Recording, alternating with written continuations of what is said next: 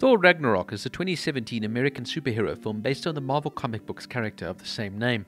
Produced by Marvel Studios and distributed by Walt Disney Studio Motion Pictures, it is a sequel to Thor in 2011 and Thor the Dark World in 2013, and this is the 17th film in the Marvel Cinematic Universe. The film is directed by Taika Waititi from the screenplay by Eric Pearson and the writing team of Craig Kyle and Christopher Yost, and stars Chris Hemsworth as Thor. In Thor Ragnarok, Thor must escape the alien planet Sakaar in time to save Asgard from Hela, played here by Cate Blanchett, and the impending Ragnarok, which in Norse mythology is a series of events including a great battle and the foretelling of the death of numerous great figures, including the gods Odin, Thor, Tyr, Freyr, Heimdall, and Loki.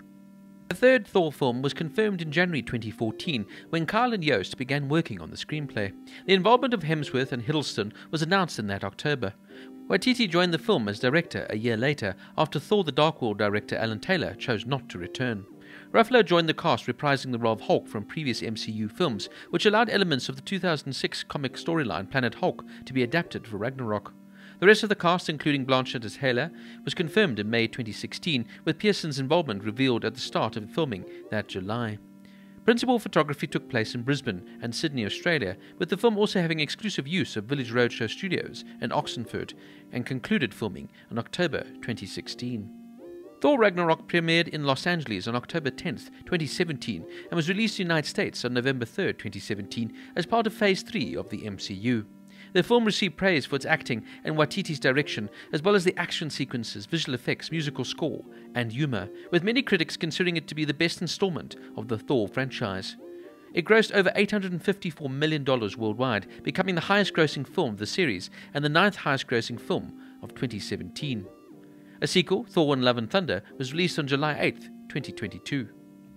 The cast includes Chris Hemsworth, reprising his role as Thor, an Avenger and the Crown Prince of Asgard based on the Norse mythological deity of the same name, who has become a lone gunslinger, searching for Infinity Stones. Hemsworth had grown a bit bored of Thor after portraying the character 4 times previously and wanted to take some risks and experiment with the character.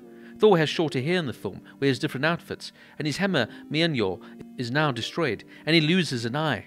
Director Taika Waititi added the stripping of the character down, like he's allowed him to become a refugee at the end of the film. Waititi also wanted to use more of Hemsworth's comedic skills, showcased in films such as Vacation in 2015 and The Ghostbusters in 2016, and cited Kurt Russell's performance in Big Trouble in Little China in 1986 as an influence on the character. Tom Hiddleston as Loki, Thor's adopted brother and nemesis based on the deity of the same name. Hiddleston was interested in how Loki's attitude had changed, saying he's always been a trickster. It is trying to find new ways for him to be mischievous. As the ruler of Asgard since the end of Thor the Dark World, Hiddleston notes that Loki has devoted most of his efforts to his narcissistic self-glorification, not so much on good governance though. Cate Blanchett as Hela, Thor's older sister and the goddess of death based on the deity Hel, was inadvertently released from prison following Odin's death.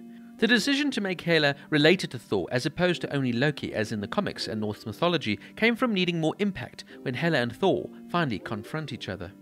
Blanchett found it difficult to portray the character in a motion capture suit rather than costume, feeling Hela's headdress is such a huge part of the power of the character that she would have liked to wear it on set. Hela's design was taken from a comic Thor God of Thunder by Jason Aaron, while the character Gorr from that comic, who has the ability to manifest an infinite number of weapons, inspired a similar ability for Hela.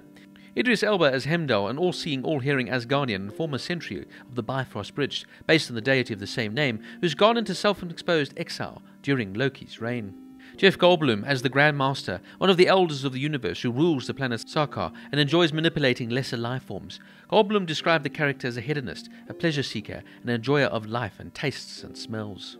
Tessa Thompson as Scrapper 142, or Valkyrie, a tough, hard-drinking Asgardian slave trader, based on the mythological being Brynhilde, who was once a legendary Valkyrie warrior and now works for the Grand Master under the designation Scrapper 142. Waititi wanted to make sure we weren't making a female character that was boring and pretty. And Feige said Marvel wanted to pair Thor with a love interest more his equal than Jane Foster. In the initial writings of the film, it was believed that the pair would be romantic. But later the writing moved away from that on the storyline, instead focusing more on mutual respect between the characters and Valkyrie dealing with her PTSD.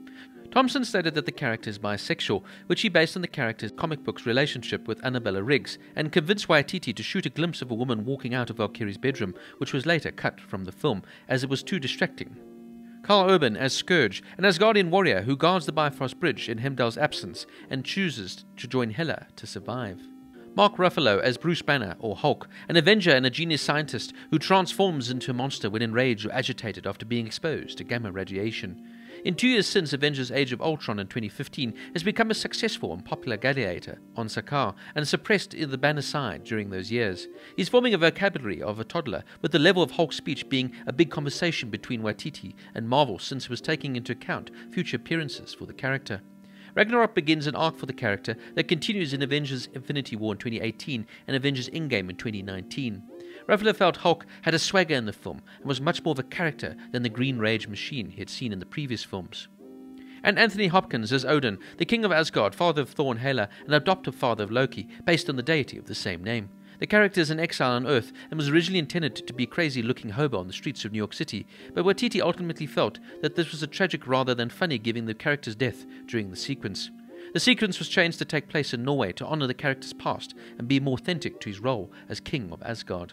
Waititi was surprised by the improvisational ability of Hopkins after he was told to be funny and then to really destroy what comes before with the role and recreate it.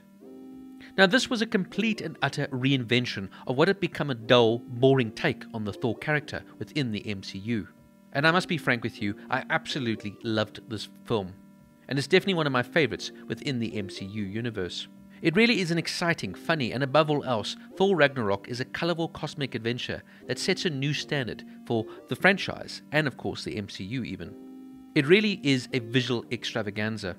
And Waititi brings his elegance here with his lighter tone, offbeat humour, and of course focuses on letting the actors really live their roles fully and play to their talents so well.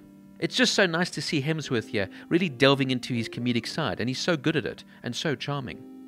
And that's one thing I loved about this film, is both the banter and the fighting are excellent. And when you go to superhero movies, it's for the glossy, exciting escapism and the pulse-pounding action that really gets you going. But it's also nice to just have a chuckle every now and again. At the end of the day, the Thor character is completely fantastical. It's a larger-than-life sort of story. So to add that little element of humour is just, a perfect touch. I love the addition here of Jeff Goldblum, and he just brings his usual casual panache to the role. And what I love about the film is that it has a confidence in its characters, and it doesn't shy away from being what it wants to be. I also absolutely loved the soundtrack, as particularly in the climatic battle sequence at the end, where they use Led Zeppelin's Immigrant Song, such a perfectly synced song for the movie. One of the also brilliant additions here is having an actress the level of class of Cate Blanchett here, playing the main antagonist here in Hela. She just brings a depth to the character and really plays off Thor perfectly. And for the first time, Hemsworth looks like he's really enjoying playing the role, as does now Tom Hiddleston, and their chemistry between them is just off the wall. It's perfect. As does Mark Ruffalo here as Hulk. It is the first time that he's really made the character his own, and Waititi now brings out the sort of joy in each of these performances. What I think is so clever in this film, though, is it also conceals some sophisticated commentary under its comedic presentation, specifically on themes of colonial history and indigenous people. And you can definitely see Waititi is influenced by his own indigenous Maori heritage. From talking about Asgard's bloody history to Odin's whitewashing of it, as revealed by Hela, Scrapper 142's burial in alcohol of her own ethnic identity as a Valkyrie, and the Grandmaster euphemizing her slaves as prisoners with jobs. It's all very subtle, but yet pointed. This film was such a breath of fresh air for an otherwise dull character like Thor, and he really, really needed it, and it really reignited how fantastic a character Thor can really be when done properly.